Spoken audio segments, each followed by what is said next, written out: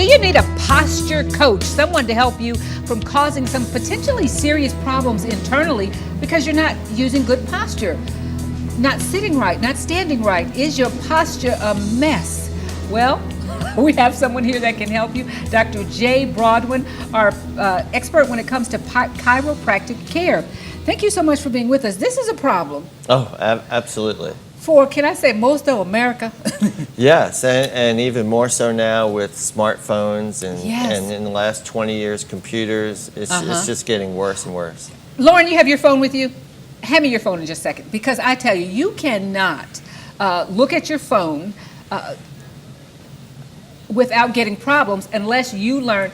Girl, nobody wants to see you. Come on. Okay, just hand me the phone. This is what most of us do. That's We're right. down here like this. That's right. We're down here like this. And then you begin to feel this pain right here. And it's just almost unnatural to do this. Absolutely. But you've got to train yourself. Absolutely. Huh? So if you held a bowling ball like this at the bowling alley, you could hold it there. But then if I came up to you and said, now hold it out here, it's the same weight, but it feels so much heavier. That's what you're doing with your head. So my head becomes a weight that is distorting my spine. Perfect. Oh my gosh. So if your head is down like this, texting all day, which we didn't have until about 10 years ago or whatever, that's the bowling ball pulling down, and it stretches those muscles and ligaments in your neck and shoulders. So even when you return your head to its normal position, the muscles are stretched so much that they don't return back to what they were. So what do you do? So your head goes more and more forward. So like with your telephone, what you do is, of course, everybody's guilty of it, but with your telephone, what you can do is use your arms as your guide. Okay. That's as low as your head will go. Okay, so let's do that. So you use your arms as your guide. So you can move your head and your eyes, but you just don't want to be this all day. Wow. It's horrible. So if you're look in the mirror and you see your head is way forward, you know, forward like that, or your ears are way in front of your shoulders, or if you have that hump in your back, in your upper shoulders, that's like a window of what's going on inside. So what is going on? You mentioned that the stretched right, muscles. These postural distortions have an effect over time where the muscles and ligaments are stretched and they're not in their normal tone or tightness or strength. But Jay, they're starting with those phones at 10 years old. Listen, I have 2 kids, Dee, and you know, with the American Idol thing that they just had on TV, the finale, they showed the first year they didn't have texting. And when they had texting, they were explaining how to do that. Okay. So our kids now are growing up with things that we didn't have. You know, we just had computers starting in the 80s or whatever it was. So things are getting worse, and people think that their posture, you know, they have to be aware of it. Some of it you can fight, but the more you give into it, the more you give into it, and it becomes the new normal.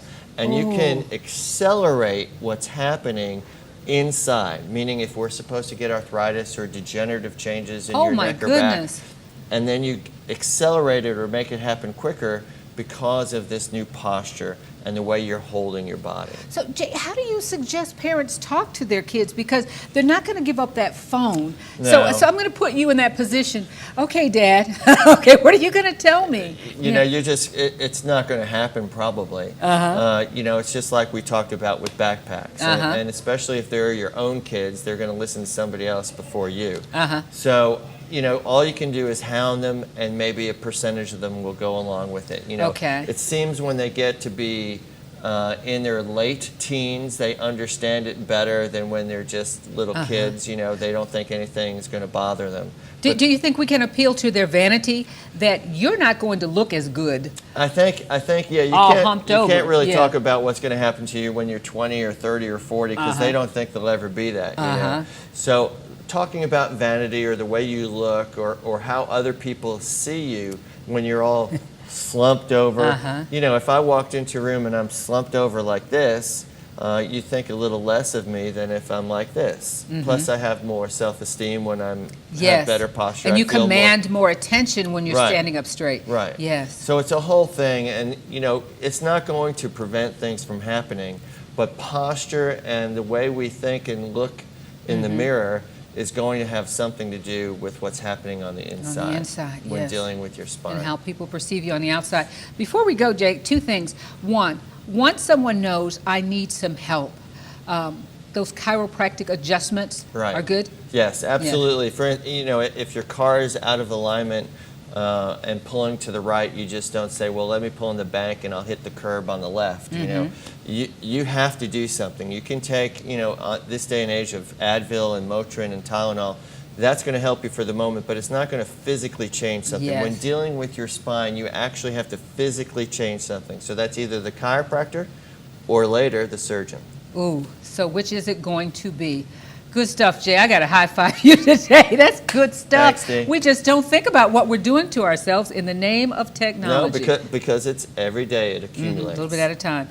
All right, good stuff. Thanks so much for being with us. My pleasure.